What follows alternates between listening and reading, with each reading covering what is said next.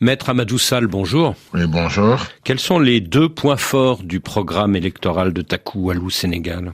Bon, la première chose, c'est une campagne au niveau local dirigée par de fortes personnalités. Oumar Sarr à Dagana, Abdoulaye Daouda Diallo à Podor, Abdoulaye Seydou Sow à Kaffrine, Ismaël Madior Fall à Rufisque, et ainsi de suite. Nous avons mis tous nos ténors, l'essentiel de nos ténors au niveau de la base. Et donc, c'est une véritable campagne électorale au niveau de la base. Et qui dit campagne au niveau de la base, dit campagne de proximité. Et sur le plan du programme économique, quel est le point fort de la campagne que vous allez mener ? Vous savez, nous avons été au pouvoir pendant 12 ans. Le projet que nous avons présenté aux Sénégalais a vu ses résultats. Le bilan du président Macky Sall est un bilan que tous les Sénégalais approuvent en termes, en tout cas, d'infrastructures, en termes de projets et en termes de perspectives. Malheureusement, sur la gouvernance, nous avons eu quelques petits soucis, mais ça, c'est un autre débat. Donc, nous n'avons pas autre projet que le projet qui était là et sur lequel on s'était tous entendus. Bon, maintenant, il est évident que ce projet, à l'aune de nos nouvelles orientations, il y a une autre réécriture qu'il faudra faire, mais d'une manière générale, le PSE est le fondement sociétal de notre offre politique, de notre projet. Le PSE, c'est donc le plan social émergent, mais aujourd'hui, les nouvelles autorités présentent le plan Sénégal 2050, qui est très ambitieux, avec un taux de croissance moyen de 6% par an. Est-ce que vous approuvez ce programme ? Vous savez, pour ce qui nous concerne, tout ce qui permet au Sénégal d'aller de l'avant, nous applaudissons, mais nous avons, ce projet n'est même pas notre projet. Pendant très longtemps, pendant des années et des années, le PASTEF nous avait dit qu'il avait un projet cohérent. Il y avait même un livre qui avait été sorti qui s'appelait La Solution. Il s'est avéré, 6 mois après, qu'ils se sont adressés à un cabinet privé pour écrire un projet politique, une perspective pour une nation, pour un peuple. Ce n'est pas un cabinet qu'il fait. Ça ne fait pas sérieux. Alors, vous dites que les Sénégalais ont approuvé ce que vous avez fait pendant 12 ans, mais en mars dernier, votre courant politique a essuyé une lourde défaite électorale face au candidat du PASTEF, qui a été élu dès le premier tour avec 54% des voix. Est-ce que vous ne craignez pas que les électeurs sénégalais revotent aujourd'hui pour le PASTEF ? Oui, c'est possible, mais mettons-nous dans le contexte de l'époque.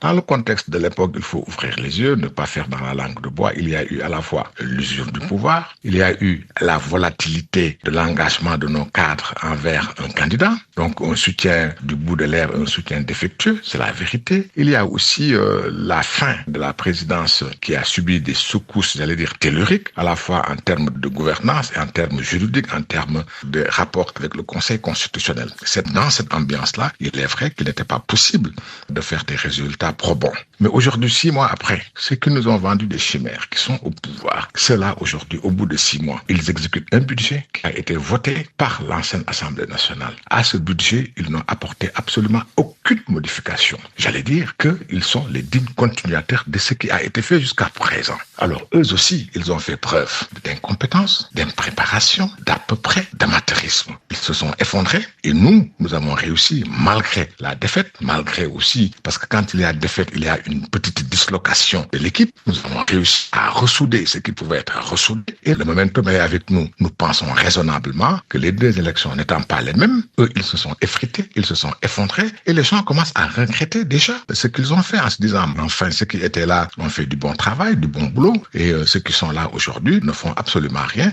Vous imaginez, entre le moment où ils sont venus et aujourd'hui, il y a encore plus de personnes qui sont au fond de l'Atlantique parce que le désir de changement, le désir de s'édifier n'a pas de réponse de leur part. Et les gens n'ont qu'une seule perspective, leur désir d'exister les pousse à aller au-delà de la Méditerranée. Maître Amadou Sall, le mois dernier, le Premier ministre Ousmane Sonko a lancé de graves accusations contre votre camp, vous accusant d'avoir laissé une situation financière catastrophique et d'avoir trafiqué les chiffres. Exemple, le déficit budgétaire, il ne représenterait pas 5% du PIB, mais 10% du PIB. Qu'est-ce que vous répondez ? Oui, bon, le Premier ministre, il parle beaucoup, il parle trop. Bon, pour le moment, nous nous taisons sur un certain nombre de choses. Il a intérêt à travailler et à se taire. Bon, maintenant, pour ce qu'il dit, il dit qu'il a fait un audit. La première question qu'on lui pose, qui a fait l'audit ? l'audit. J'imagine que ce n'est pas le ministère des Finances qui a fait l'audit, parce que c'est le ministère des Finances lui-même qui a publié les chiffres qui sont contestés. Ceux qui ont publié les chiffres qui sont contestés ne peuvent pas être amenés à faire eux-mêmes un audit. Un audit, ça fait par un organisme indépendant, premièrement. Deuxièmement, les chiffres qu'ils avancent en disant que ce sont de bons chiffres qui résultent d'un audit, ces chiffres-là doivent être validés par la Cour des comptes. Jusqu'au moment où je vous parle, la Cour des comptes n'a rien validé. Donc, c'est des chiffres qui sont abstraits. Ça, c'est la deuxième chose. Donc, jusqu'à présent, ils n'apportent pas la preuve que les chiffres de la présidence Macky Sall sont des chiffres faux et la Cour des comptes ne les a pas validés. Par conséquent, nous considérons que c'est de la politique politicienne. Conséquence de ces accusations, le nouveau gouvernement affirme que l'ancien président, l'ancien premier ministre et 2 anciens ministres des Finances vont devoir s'expliquer. Est-ce que l'ancien président Macky Sall est prêt à répondre, le cas échéant, à une convocation judiciaire? Convocation judiciaire, c'est de la légende qu'on veut vendre aux Sénégalais. Le président Macky Sall, il a une immunité présidentielle. Et la protection que procure l'immunité présidentielle fait que, pour pouvoir le poursuivre, il faut qu'il soit mis en accusation par l'Assemblée nationale à une majorité qualifiée. Et il ne peut être mis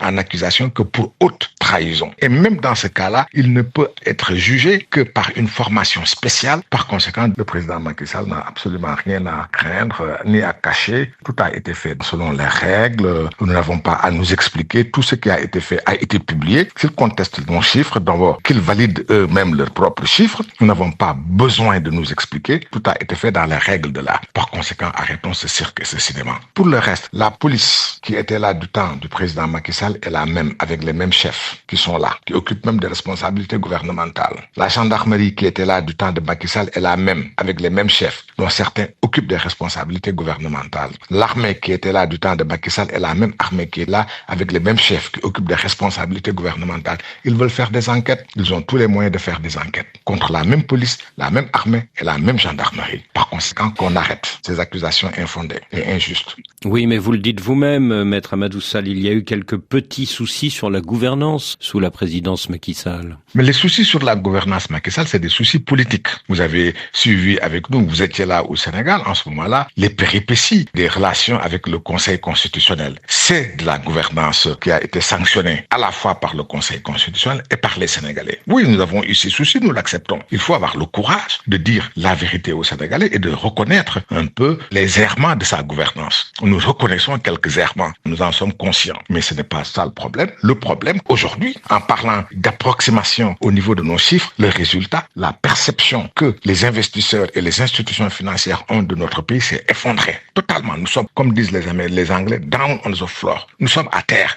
à cause des déclarations irresponsables d'un Premier ministre. Un Premier ministre, comme disait l'autre, ne devrait pas parler comme ça. L'une des grandes surprises de ces législatives, c'est la décision de l'ancien président Macky Sall d'être tête de liste d'une nouvelle coalition d'opposition, Taku Walou Sénégal, où figure son ancien parti APR, mais aussi le PDS de Karim Wade. Est-ce que c'est par désir de revanche? Non. Pourquoi le président Macky Sall est candidat? Il est candidat parce que c'est un homme politique. Il a une équipe avec lui qui l'a accompagné. Cette équipe est là. Il vient booster son équipe. Il vient renforcer son équipe pour être tête de liste. Mais il n'est pas venu pour une revanche. Il n'est pas venu pour être député. Il est venu pour marquer sa solidarité avec une équipe. Il est venu pour participer au développement et au renforcement de son équipe et ressouder les rangs de son équipe. Voilà les raisons politiques qui font qu'il est tête de liste. Ce n'est pas pour rien que le président de la République, l'ancien président Macky Sall, s'est délesté de certaines responsabilités au plan international pour accepter d'être tête de liste. Alors, l'ancien président est tête de liste, mais pour l'instant, il n'est pas au Sénégal. Il séjourne au Maroc. Est-ce qu'il va revenir dans l'arène politique, sur le terrain, à Dakar? Ça, je ne saurais le dire. Ça dépend à la fois de lui-même et de nous. Bon, il nous a déjà assez aidés et assez accompagnés en acceptant d'être tête de liste. Le reste du travail, c'est notre travail. Bon, mais pour le moment, on lui demande de faire une campagne au moins au niveau de la diaspora, ce qu'il est en train de faire dans une certaine mesure. Le reste, on verra bien si on lui demandera de venir ou pas. On verra, on appréciera. Mais vous savez ce que vont dire beaucoup de Sénégalais s'il ne vient pas, c'est parce qu'il aura peur de venir et d'avoir des ennuis judiciaires. Mais quel ennui judiciaire? Je vous ai déjà dit, il ne peut pas être interpellé par la police. On ne peut rien contre lui, sauf à ce qu'une assemblée le mette en accusation. Quelle est l'assemblée qui le mettra en accusation? Tant qu'il n'y a pas une assemblée, on ne peut pas le mettre en accusation. De quoi aurait-il peur? On peut lui retirer son passeport et l'empêcher de quitter le territoire une fois qu'il est rentré. Et pourquoi? Ils n'ont pas le droit de le faire, il n'y a pas de procédure contre lui. Vous n'allez pas me dire, et j'espère, que le régime qui est là, nous savons des choses. Jusqu'à présent, les choses se passent dans un processus plus ou moins contrôlé. Il y a quelques-uns parmi eux sur les marges qui font des déclarations irresponsables et il est temps d'arrêter. Le président Macky Sall n'a peur de rien et il n'y a aucune raison qu'il ait peur de quoi que ce soit, ni politiquement, ni judiciairement. Il n'y a absolument aucune raison qu'il soit entravé dans sa liberté d'aller et de venir au Sénégal, de faire ce qu'il veut au Sénégal dans le cadre de la loi et de quitter le Sénégal. Sa venue dépend à la fois de lui et de nous, et seulement de lui et de nous. En mars dernier, c'est l'ancien Premier ministre Amadou Ba qui défendait vos couleurs et qui a été crédité de 35% des voix. Mais aujourd'hui, Amadou Ba fait bande à part, il va à la bataille avec une nouvelle coalition, Jam Ak Njarim, paix et succès. Ne craignez-vous pas une dispersion des voix dans l'opposition? Je regrette pour ce qui me concerne parce que j'ai des relations particulières avec lui. Je l'ai accompagné pendant la campagne. J'aurais aimé qu'on soit ensemble dans une intercoalition. Les choses sont ce qu'elles sont. Je n'ai pas d'observation particulière, sauf à le regretter. Je pense qu'ensemble, nous aurions non pas seulement les chances de gagner, parce que nous conservons les chances de gagner, mais je pense qu'ensemble, nous aurions les chances d'avoir une majorité qualifiée et de renvoyer à l'école ceux qui sont aujourd'hui au pouvoir et qui veulent apprendre à nos dépens. Maître Amadou Sall, je vous remercie. Merci.